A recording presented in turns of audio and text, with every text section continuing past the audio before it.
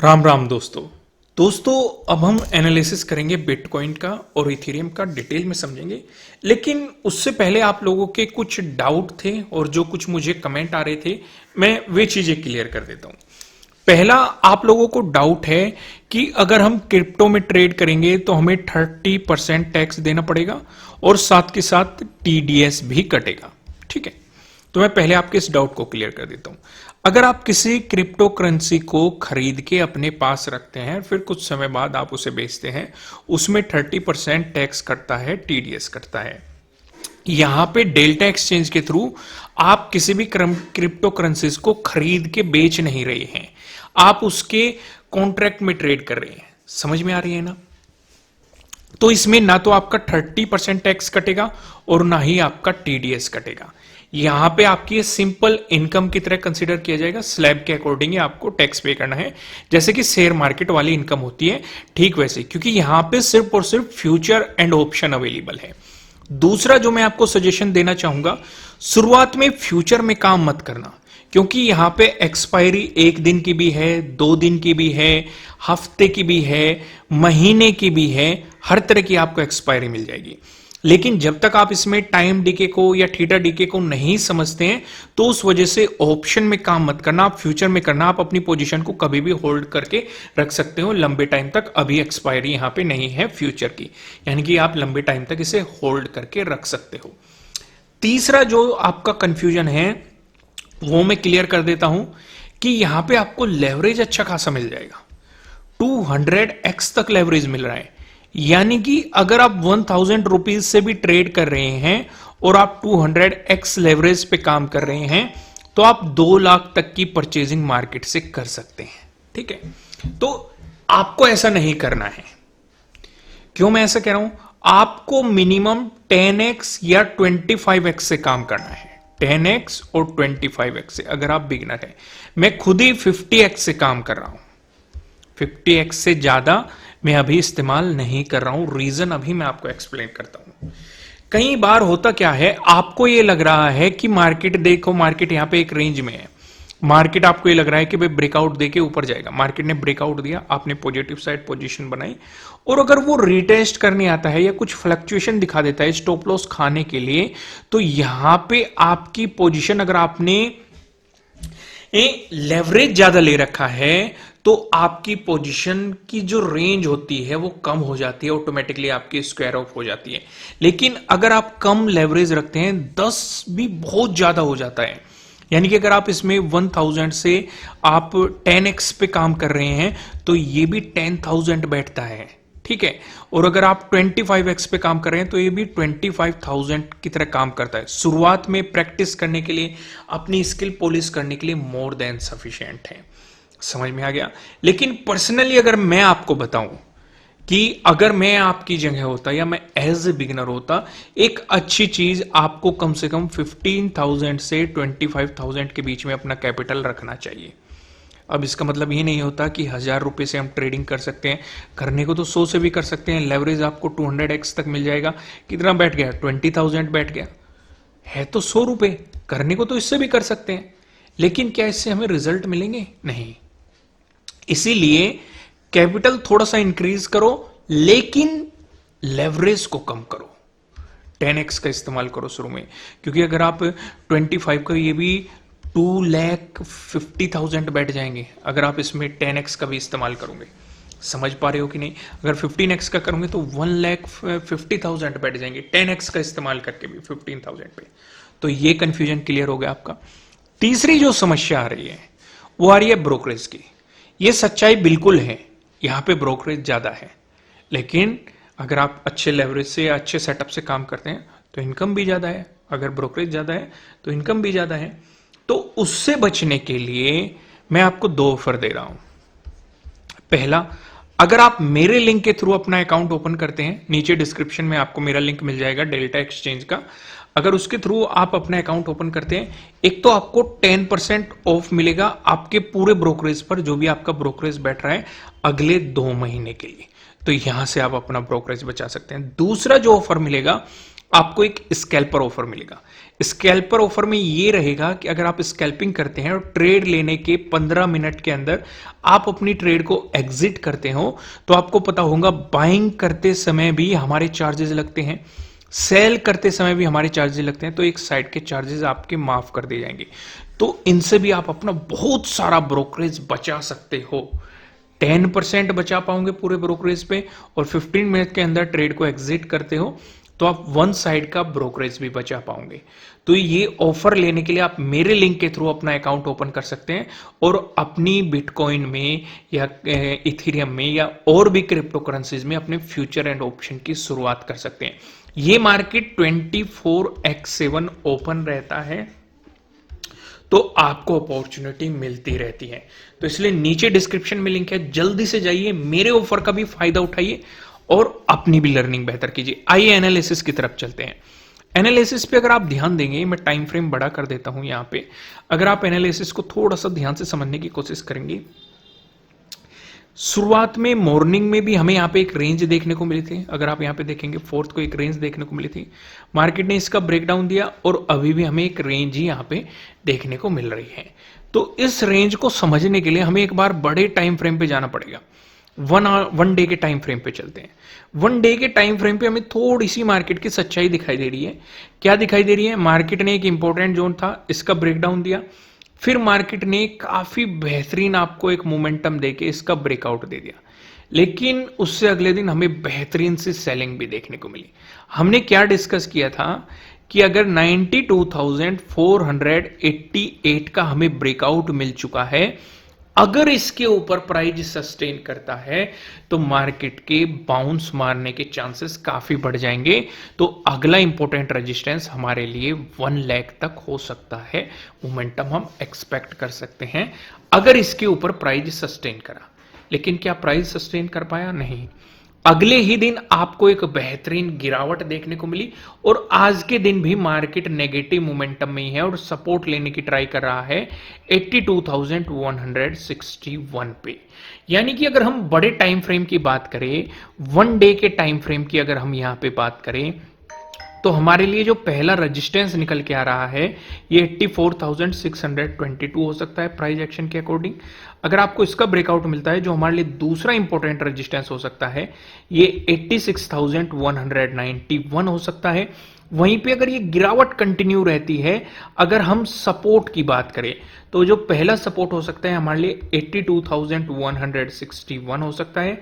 अगर मार्केट ने इसका ब्रेकडाउन दिया, जो दूसरा सपोर्ट हो सकता है ये 80,392 हमारे लिए अगला इंपॉर्टेंट सपोर्ट हो सकता है।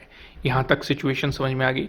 आइए टाइम फ्रेम को चेंज करते हैं, क्योंकि हर टाइम फ्रेम पे अलग चीजें हमें मार्केट में देखने को मिल सकती हैं। अगर हम 1 आवर के टाइम फ्रेम पे देखते हैं तो ध्यान से देखो, इस मूव पे फोकस करो और इस गिरावट पे फोकस करो। क्या डिफरेंस नजर आ रहा है? ध्यान दो, थोड़ा सा ध्यान देने की कोशिश करो। यह सवाल है आपसे। चार्ट पे फोकस करो, तभी तो आपको मार्केट की क्लियरिटी समझ में आएगी, रियलिटी समझ में आएगी। सीखने के लिए आई हो ना। देखो, चार्ट किसी का भी हो, इंडियन मार्केट का हो या फिर बिटकॉइन का हो, चार्ट होता है, सपोर्ट भी वही होते हैं, रेजिस्टेंस भी होते हैं, लर्निंग के तरीके भी वही होते हैं।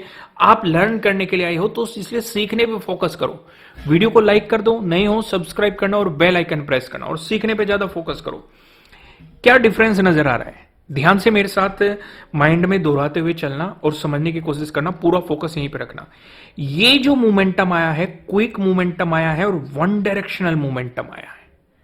क्या कहीं भी आपको रिट्रेसमेंट दिखाई दे रहा है? क्या कहीं भी मार्केट में ठहराव दिखाई दे रहा है? बिल्कुल भी नहीं दिखाई दे रहा है। अब इस तरफ ध्यान दो। मार्केट गिरा, ठहराव आया, रिट्रेसमेंट आया, फिर मार्केट गिरा, ठहराव आया, रिट्रेसमेंट आया, फिर से मार्केट गिरा और अभी ठहराव चल रहा है, रिट्रेसमेंट चल रहा है। तो यानी कि फिर से गिर सकता है। समझ गए कि नहीं मैंने क्या समझाया? मारने को बाउंस भी मार सकता है, लेकिन इस चीज का जवाब गिरेगा या बाउंस मारेगा हमें पीछे पता चलेगा। इस एरिया पे मार्केट ने रुकने की कोशिश करी है। क्या पहले भी रुका है? पीछे जाओ, बिल्कुल रुका है सेम ही एरिया पे। क्या उससे पहले भी रुका है? और पीछे जाओ, बिल्कुल रुका है सेम ही एरिया पे। उससे भी पीछे जाओ, बिल्कुल रुका है सेम एरिया पे, यानी कि इस एरिया में ठहराव पहले भी हमने देखे हैं। समझ में आ गया कि नहीं मैंने क्या समझाया? इस पे फोकस करो। सिंपल सा तरीका होता है, रेजिस्टेंस, एक सपोर्ट लाइन ड्रॉ कर दो, आपको सच्चाई नजर आ जाएगी मार्केट की। रेजिस्टेंस था, ब्रेकआउट मिला, सपोर्ट की तरह एक्ट करे, कहीं से भी ड्रॉ करो। यहां रुक रहा है, खींच दो। रेजिस्टेंस था, रेजिस्टेंस था, रेजिस्टेंस था, रेजिस्टेंस था, ब्रेकआउट मिला, सपोर्ट, सपोर्ट, यहां से खींच दो। सपोर्ट था, सपोर्ट था, रेजिस्टेंस हो गया, रेजिस्टेंस हो गया, रेजिस्टेंस हो गया, और अभी भी रेजिस्टेंस हो गया। यानी कि कुछ भी मार्केट में बिना वजह नहीं हो रहा है। सपोर्ट रेजिस्टेंस की रेस्पेक्ट करते हुए मार्केट आपको मोमेंटम दे रहे हैं, तो ये चीज भी हमें समझ में आती है। तो अब इस सिचुएशन पे क्या हो सकता है? इस सिचुएशन पे अगर ये गिरावट आती है तो इस स्विंग का ब्रेकडाउन होना जरूरी है, यानी कि 82,161 का ब्रेकडाउन होना जरूरी है, तभी हमें नेगेटिव मूव देखने की उम्मीद हो सकती है। फिर 80,392 हमारे लिए नीचे नीचे की तरफ सपोर्ट की पॉसिबिलिटीज हो जाएगी। अगर मार्केट इसका ब्रेकआउट देता है तो इस वाले स्विंग का, यानी कि 84,622 का ब्रेकआउट होना हमारे लिए जरूरी है। इस सिचुएशन पे अगला रेजिस्टेंस हो जाएगा 86,191 हमारे लिए अगला इंपॉर्टेंट रेजिस्टेंस हो जाएगा। कितने लोगों को ये बातें समझ में आ रही है? दिखाई दे रहा है कि नहीं भाई? अगर इस रेंज में या तो इसका ब्रेकडाउन देगा, फिर से ब्रेकडाउन देगा, तो इसका नीचे स्विंग का लो का ब्रेकडाउन होना चाहिए, क्योंकि गिरने के लिए मार्केट ने जब ये स्विंग बनाया, इससे गिरने के लिए, तभी तो इसका ब्रेकडाउन दिया, तभी तो नेगेटिव मूव। फिर देखो ये वाला सपोर्ट बनाया, इसका ब्रेकडाउन दिया, फिर ये वाला सपोर्ट बनाया, इसका ब्रेकडाउन दिया, ये वाला सपोर्ट बना रहा है, अगर नेगेटिव होना है तो इसका तो ब्रेकडाउन देना ही पड़ेगा। समझ पाए कि नहीं मैंने क्या समझाया? क्लियर हुई ना? और छोटे टाइम फ्रेम पे देखते हैं। अब हम सीधे आ जाते हैं 15 मिनट के टाइम फ्रेम पे, क्योंकि अभी तक हमें नेगेटिव सिनेरियो नजर आ रहा है और स्ट्रॉन्ग नेगेटिव सिनेरियो नजर आ रहा है। उसका मतलब क्या है? ठहराव जो हम देख रहे हैं।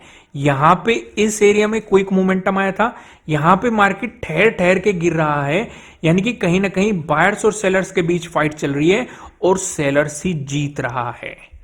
और जो ये फाइट चल रही है, ये थोड़ी सी लंबी फाइट हो चुकी है, जो कि हमें यहां पे देखने को मिल रही है।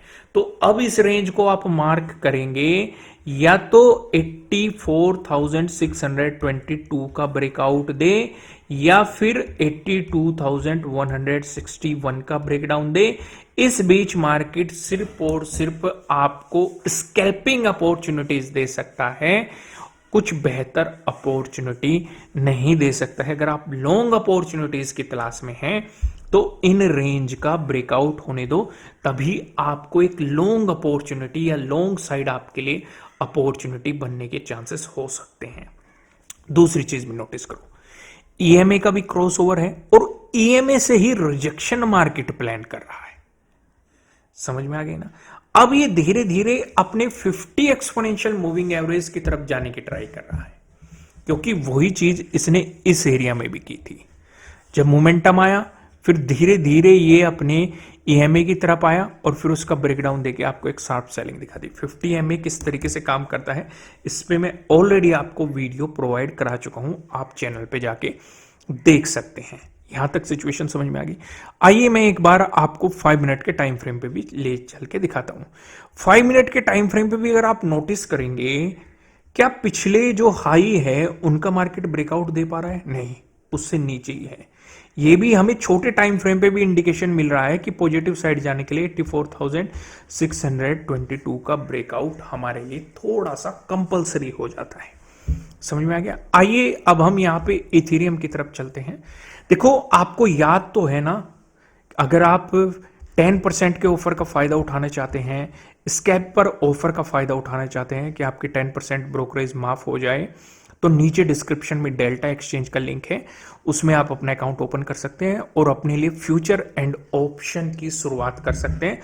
शुरुआत में ऑप्शंस को अवॉइड करना, फ्यूचर में आपको ट्राई करना है। आइए फिलहाल मैं इथेरियम को सिलेक्ट करता हूं। यहाँ पे इथेरियम का भी चार्ट हम देखने की ट्राई करते हैं और यहाँ पे समझते हैं इथेरियम को भी कि इथेरियम हमें क्या कह रहा है। इथेरियम में अगर आप देखेंगे, इथेरियम में भी बड़ा टाइम फ्रेम में कर लेता हूं। पहले मैं सीधा आपको 1 आवर के टाइम फ्रेम पे लेके चलता हूं। यहां पे हमें काइंड ऑफ आपको एक ट्रायंगल पैटर्न देखने को मिलेगा, ठीक है। यहां पे भी वही जो ये मोमेंटम आया था, ये क्विक आया था, लेकिन जो ये गिरावट आ रही है ये रुक रुक के इंस्टॉलमेंट में गिरावट आ रही है, ठीक है। यानी कि क्लियर मार्केट इंडिकेशन दे रहा है कि मार्केट अपने पिछले लोअर हाई का ब्रेकआउट नहीं दे रहा है। समझ में आया मैंने क्या समझाया? तो इस सिचुएशन पे अगर हम देखें मार्केट ये गिरावट कंटिन्यू करता है तो इंपोर्टेंट सपोर्ट 2000 पे है, लेकिन अगर ये मोमेंटम कंटिन्यू रहता है हमारे लिए इंपोर्टेंट रेजिस्टेंस 2160 पे है। इसका आपको ब्रेकआउट मिलता है फिर हमारे लिए इंपोर्टेंट रेजिस्टेंस 2240 पे आपके लिए अगला इंपोर्टेंट रेजिस्टेंस है। आइए एक बार हम इसे छोटे टाइम फ्रेम पे भी देखते हैं। 15 मिनट के टाइम फ्रेम पे क्या सिनेरियो नजर आ रहा है। देखो कितनी बेहतरीन ट्राई कर रहा है मार्केट इसके ब्रेकआउट देने की, और यहाँ पे 50 EMA का भी रिजेक्शन है। अगर मार्केट 50 EMA से रिजेक्शन लेके इस ट्रायंगल पैटर्न का ब्रेकडाउन दे देता है तो कहीं ना कहीं मार्केट नीचे की तरफ मूव कर सकता है। 2000 तक इंपॉर्टेंट एक सपोर्ट है, लेकिन अगर इसका आपको ब्रेकआउट मिल जाता है साथ के साथ आपको 50 EMA का भी ब्रेकआउट मिल जाए तो इस स्विंग तक मार्केट जाने की ट्राई कर सकता है 2175। दोस्तों मैं आपको लास्ट में फिर से याद दिलाना चाहता हूं, नीचे डिस्क्रिप्शन में लिंक है। अगर आप मेरे लिंक के थ्रू अकाउंट ओपन करते हैं तो आपका काफी ज्यादा ब्रोकरेज बच सकता है। पहला ऑफर मेरे लिए आपकी तरफ से रहेगा, 10% ऑफ मिलेगा आपको आपके ब्रोकरेज चार्जेस पर, वो भी 2 महीने के लिए। दूसरा जो मेरी तरफ से आपके लिए ऑफर रहने वाला है वो स्कैल्पर ऑफर रहने वाला है, यानी कि अगर आप ट्रेड करते हैं और ट्रेड 15 मिनट के अंदर अपनी ट्रेड को एग्जिट करते हैं तो आपके लिए 1 साइडेड चार्जेस माफ कर दिए जाएंगे। तो लिंक नीचे डिस्क्रिप्शन में है, आप शुरुआत कीजिए। शुरू में कम कैपिटल और कम लेवरेज के साथ काम करना तो आपको मार्केट में काफी मजा आएगा, बार बार ट्रेड लेने का भी मन करेगा, बेहतर अपॉर्चुनिटीज भी मिलेगी क्योंकि 24x7 मार्केट ओपन है। फिर मिलते हैं किसी नेक्स्ट वीडियो में, तब तक के लिए राम राम।